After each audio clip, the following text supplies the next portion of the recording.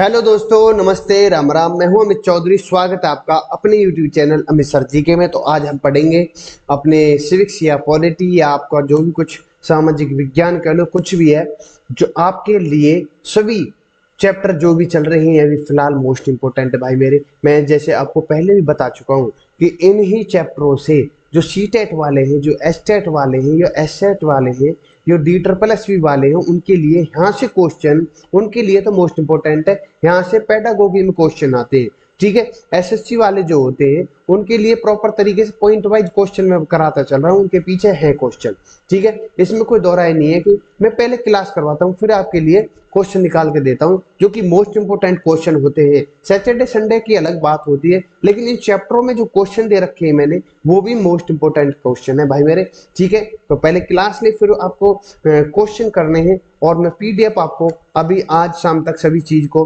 PDF on Telegram पर दे दूंगा, ठीक है। तो शुरू करते हैं अपना चैप्टर जो कि मोस्ट इंपोर्टेंट है। जन सुविधा और सामाजिक न्याय के बारे में पढ़ेंगे हम आज कि जन सुविधाओं में सरकार की भूमिका क्या होगी, सुरक्षा नियम को लागू करना कैसे होता है, सुरक्षा कैसे प्रदान की जाती है, या पर्यावरण सुरक्षा के नियम, ये सारी चीज आज कई एक्ट पढ़ेंगे, कई कानून पढ़ेंगे, ठीक है। इनके बारे में मोस्ट इंपोर्टेंट है। तो सीधा अपनी स्लाइड पर हैं हम और आपके सामने ये दे रखी है जो भी आपको दिख रहा होगा, पेन लेकर के फिर मैं बताता हूँ, ठीक है। जन सुविधा ये आपके लास्ट चैप्टर है आज के, और मंडे से 9th क्लास करने जा रहे हैं हम, ठीक है। 9th क्लास का आगाज बहुत ही अच्छे तरीके से, मोस्ट इंपोर्टेंट है वो 9th और 10th, तो ठीक है आपको पेपर को लेकर के, ठीक है। जन सुविधाओं से में सरकार की भूमिका क्या है और सुरक्षा नियमों को लागू करना और पर्यावरण सुरक्षा के नियम के बारे में पढ़ेंगे। ये तीनों ही टॉपिक आज हम आपके सामने रखने वाला हूँ, ठीक है। कई ऐसी सुविधाएं होती हैं जिनकी जरूरत हर किसी को होती है, ऐसी सुविधाओं को जन सुविधाएं कहा जाता है। जन का मतलब हम और तुम, जनता, ठीक है, लोग, ठीक है। उदाहरण स्वास्थ्य की, स्वच्छता की, बिजली, पब्लिक ट्रांसपोर्ट, स्कूल, कॉलेज, पीने का पानी आदि जन सुविधाओं का महत्वपूर्ण पहलू यही है कि एक बार ऐसी कोई सुविधा शुरू हो जाती है तो उसका लाभ कई लोगों को मिलता है। जैसे यदि किसी गांव में एक स्कूल खुल जाता है तो उसमें से कई बच्चों को पढ़ने लिखने का मौका मिल जाता है। इसी तरह सड़क बन जाने के कई लोगों को फायदा मिलता है, ठीक है। जो कि गरीब से गरीब लोग है, गरीब से गरीब है बेचारा, तो वो प्राइवेट में नहीं दे पा रहा, उसके पास नहीं रुपए, तो वो सरकारी में पढ़ा सकता है, ठीक है। ये सभी चीजें सुविधाएं उपलब्ध कराती है, ठीक है, जन को, जनता को, लोगों को, ठीक है, हमारे समाज को। संविधान के अनुच्छेद 21 में जीवन जीने का अधिकार है, बात कही गई है। पानी पर अधिकार इसी अधिकार का एक हिस्सा है, इसलिए हर नागरिक को पीने का साफ पानी देना सरकार की जिम्मेदारी बन जाती है। ये मोस्ट इंपोर्टेंट है। जन सुविधाओं में सरकार की भूमिका क्या होती है, ये इंपोर्टेंट फैक्ट है, चैप्टर है, या आप पॉइंट कह लो, कुछ भी कह लो, ठीक है। कि सरकार की जन सुविधाओं में सार्वभौमिक पहुंच निश्चित करना होता है। सरकार को ये सुविधाएं या तो मुफ्त या फिर ऐसे शुल्क के साथ देनी होती है कि हर कोई आसानी से दे सके।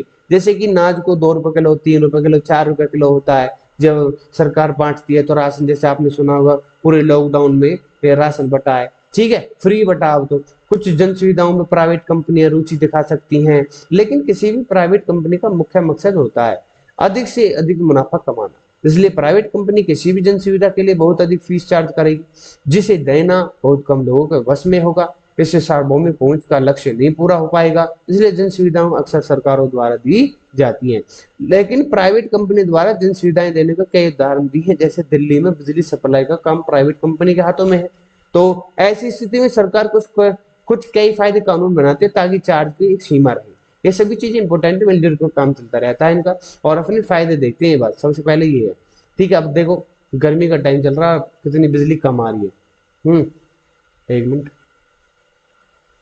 हाँ, शहर में वाटर सप्लाई पढ़ लेते हैं। शहर में वाटर सप्लाई के बारे में कि शहर में वाटर कैसे पहुंचता है, किस प्रकार से पहुंचता है, कौन पहुंचाता है, कितनी जरूरत होती है शहर में हर एक इंसान के लिए। तो अर्बन जो होते हैं, वाटर कमेटी के अनुसार शहर क्षेत्र में एक व्यक्ति को प्रतिदिन कम से कम 135 लीटर पानी की जरूरत होती है। एक व्यक्ति की बात है, लेकिन किसी झुग्गी में रहने वाले आदमी को एक दिन में केवल 20 लीटर पानी ही मिल पाता है, बताओ तुम, ठीक है। शहर में पानी की सप्लाई जल बोर्ड द्वारा की जाती है, जो नगर पालिका के अधीन होता है। अधिकतर शहरों में पानी की सप्लाई जरूरत में से काम होती है, और जिन लोगों के घर पंपिंग स्टेशन या स्टोरेज टैंक के नजदीक होते हैं उन्हें तो पूरा पानी मिल जाता है, लेकिन दूर रहने वाले लोगों को सही पानी नहीं मिल पाता, ठीक है। इसके अलावा पाइपलाइन लीकेज समस्या और भी बढ़ जाती है। ये सारी चीज, जैसे बेचारी लाइन पे लाइन लग रही है बेचारी महिलाएं, ठीक है, भोगता कौन है? बेचारे गरीब मजदूर वर्ग लोग। ठीक है, जब किसी मोहल्ले में पानी नहीं आता तो नगर पालिका पानी के टैंकरों की व्यवस्था करती है, लेकिन टैंकरों पर माफिया शिकंजा रहता है, डॉन बने आपस में। हाँ, यू मेरे अंडर चला गया, यू मेरा यहाँ का ठेकेदार मैं हूँ, यू इतने पानी मिला को। सरकार ने कह कुछ रखी है, वे करे क्या है देख लो। इससे अधिकतर लोगों के लिए पानी मांग साबित होता है। कुल मिला के ये है कि बेचारे मध्यम जो मतलब कि जो पिछड़ा वर्ग है, उनको हर हालत में पानी नहीं मिलता। मध्यम और उच्च वर्ग के लोगों के पास तो इतने पैसे होते हैं कि वे टैंकर माफी द्वारा चार्ज किए गए पैसे दे पाते हैं। कई लोग अपनी जरूरत के लिए बोरवेल भी खुदवा ले, वाटर पंप लगवा लेते हैं। कई लोग पीने के साफ पानी के लिए वाटर प्योरीफायर रखते हैं। लेकिन ऐसी चीजें गरीबों की पहुंच से दूर होती है। ये सारी चीजें गरीबों से, पिछड़ा वर्ग जो बेचारे गरीब मजदूर लोग हैं उनके लिए। शहरों की स्थिति कुछ हद तक तो ठीक भी है, लेकिन अधिकतर गांवों और कस्बों की जरूरत हिसाब से पानी नहीं मिल पाता। हर जगह लोगों का शोषण करता है, चाहे वो मजदूर हो, ग्राहक हो, फिर उत्पादक हो। हर जगह लोगों को इस तरह के शोषण से बचाने के लिए सरकार कुछ कानून बनाती है। इन कानून से बाजार में गलत परिपाटी रोकने की काफी मदद मिलती है। ठीक है, प्राइवेट कंपनी ठेकेदार व्यवसाय आमतौर पर अधिक से अधिक मुनाफा कमाने की कोशिश करते हैं। इससे कोशिश में मजदूर को हक मार लेते हैं, उन्हें कम पगार देते हैं। मजदूर को कम पगार देने का गैर कानूनी है, इसलिए न्यूनतम मजदूर पर एक कानून है।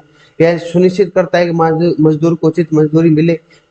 हर कुछ वर्षों के बाद न्यूनतम मजदूरी बढ़ोतरी होती है। इसी तरह से उत्पादकों ग्राहकों के हितों की रक्षा करने के लिए भी कानून बनाए गए हैं। इन कानूनों में से यह सुनिश्चित होता है कि मजदूर ग्राहक उत्पादक के बीच में रिश्ते शोषण आधारित न हो। ये सारी चीजें इंपॉर्टेंट है, आप पढ़ लेना। ये फैक्ट है, मैंने बताया जो मजदूर की कीमत क्या है उस आज के समय में। ठीक है, एक और पढ़ लेते हैं कि सुरक्षा के मुद्दे को समझने के लिए हम भोपाल गैस त्रासदी का उदाहरण ले सकते हैं। यह भयानक त्रासदी थी 1984 में जो हुई थी, जिसमें सैकड़ों लोग मारे गए थे, हजारों लोग अपाहिज हो गए। ये जो त्रासदी थी ये विश्व में सबसे बड़ी त्रासदी है। ठीक है, इंपॉर्टेंट है, क्वेश्चन भी है। आज भी आपको निर्माण क्षेत्र और खानों कारखानों में दुर्घटना के किस्से सुनने को मिलेंगे। इनमें से अधिकतर दुर्घटनाएं नियोजक की लापरवाही के कारण हुई थी। ठीक है, उन्हें देखो ये त्रासदी आपको दिख रही है ना, उसी समय के ये कब हुई थी? 1984 में। ठीक है मेरे भाई, सुरक्षा नियमों को लागू करना कैसे हो गई? कानून बनाने और उनको लागू करने का काम सरकार का है। यह देखना कि जीवन के अधिकार का उल्लंघन नहीं हो रहा है, सरकार की जिम्मेदारी है। तेजी से बढ़ते औद्योगिकरण के दौर में मजदूरों के अधिकारों की रक्षा करने के लिए भी कड़े कानून बनाने की जरूरत है। केवल कानून बनाने से कुछ नहीं होता, उन्हें सख्ती से लागू करने का भी जरूरत है। मतलब सख्त कानून बनाए।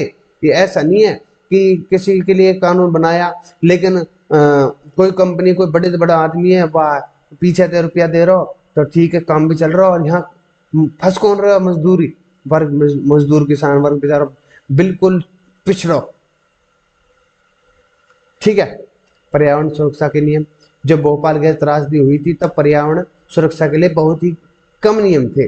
जो भी थोड़े बहुत कानून थे उनका पालन नहीं होता था। लोग पर्यावरण का एक मुफ्त मिलने वाली वस्तु समझते थे। हर उद्योग बिना किसी डर के हवा और पानी को प्रदूषित करता था। कुल मिलाकर कहें तो पर्यावरण के लिए कोई इज्जत नहीं थी उस समय। भोपाल गैस त्रासदी ने सबकी आंखें खोल दी। इस त्रासदी ने पर्यावरण के मुद्दे को सबके सामने ला दिया। इस त्रासदी में वैसे लोग भी प्रभावित हुए थे जिनका उस फैक्ट्री में से कोई लेना देना नहीं था। लोगों की समझ में आने लगा था तत्कालीन कानून मजदूरों की सुरक्षा की बात तो करते थे, लेकिन आम आदमी की सुरक्षा के लिए उन कानूनों में कोई प्रावधान नहीं होता था। पर्यावरण कार्यकर्ताओं के दबाव में आकर सरकार ने पर्यावरण पर नए कानून बनाए। उसके बाद पर्यावरण को पहुंचाने वाले किसी भी नुकसान के लिए प्रदूषण फैलाने वाली जिम्मेदारी को ठहराया जाने लगा। ये सारी चीजें इंपॉर्टेंट है। अब निष्कर्ष क्या निकलता है इस बात से कि लोगों को बेईमानी से बचने के लिए कानून की जरूरत होती है। ठीक है, अधिक मुनाफा कमाने के चक्कर में प्राइवेट कंपनियां, ठेकेदार व्यवसाय आदि अक्सर मजदूर को कम मजदूरी देते हैं और बच्चों को काम पर रखते हैं। काम करने के स्थान पर सुरक्षा की अनदेखी करते हैं और पर्यावरण को होने वाले नुकसानों से आंखें मूंद लेते हैं। इसलिए प्राइवेट कंपनियों की गतिविधियों पर लगाम लगाने की जिम्मेदारी सरकार को बनाती है। अब सामाजिक न्याय को सुनिश्चित करने के लिए बेईमानी को रोकना बहुत जरूरत है। इसकी मतलब है कि सरकार की जरूरी कानून बनाना चाहिए और उन्हें लागू भी करना चाहिए। ठीक है, गैला गैल जब कानून बना रहे हो तो उसको लागू भी करो, उसको फॉलो भी करवाओ। यदि कोई कानून सही तरीके से लागू नहीं किया जाए तो उसको कोई मतलब नहीं रह जाता। ठीक है, यदि कानून कमजोर हो और उन्हें ठीक ढंग से लागू नहीं किया जाए तो फायदे पहुंचाने की जगह नुकसान पहुंचाने लगते हैं कुछ समय बाद। ठीक है, ये सारी चीजें आपके सामने इंपॉर्टेंट है जो मैंने रखी है। तो इसके कुछ क्वेश्चन है, इनको 21 क्वेश्चन है जो कि मोस्ट इंपोर्टेंट क्वेश्चन है और बिल्कुल इसी से स्लाइड से रिलेटेड क्वेश्चन है सभी। इन पीडीएफ में आप कर लेना। तो इसी के साथ मैं विदा लेने चाहता हूँ और ये चैप्टर जो 8th क्लास से सभी चैप्टर आज समाप्त होते हैं। ठीक है, इसमें मैंने जो कल की क्लास थी उसमें 7th 8th थी कंप्लीट, आज 9th और 10th दोनों चैप्टर कंप्लीट कर दिए विद क्वेश्चन के साथ। ठीक है, आप कर लेना, क्वेश्चनों को लगा लेना क्योंकि मोस्ट इंपोर्टेंट है। मैं शेयर कर दूंगा किस पर, ऑन टेलीग्राम पर। ठीक है, सभी चीज को। तो आशा करता हूँ सारी चीजें समझ में आ गई होंगी। ठीक है, और 9th क्लास की मैं बात करूंगा आपको, जो मैं कल सेट कराने जा रहा हूँ उनमें मोस्ट इंपोर्टेंट सेट के क्वेश्चन होंगे। आज से रिलेटेड क्वेश्चन मैं करवाने जा रहा हूँ जो करंट से रिलेटेड क्वेश्चन होते हैं अपने सेट में, प्रैक्टिस सेट में। ठीक है, तो इसी के साथ मैं विदा लेने चाहता हूँ। नमस्ते, राम राम, जय हिंद, जय भारत। लाइक शेयर सब्सक्राइब कर दो भाई चैनल को और फैला दो कि जीके की जंग अमित सर के संग जो बैच है वो बिल्कुल फ्री चल रहा है आज भी और आगे भी चलता रहेगा।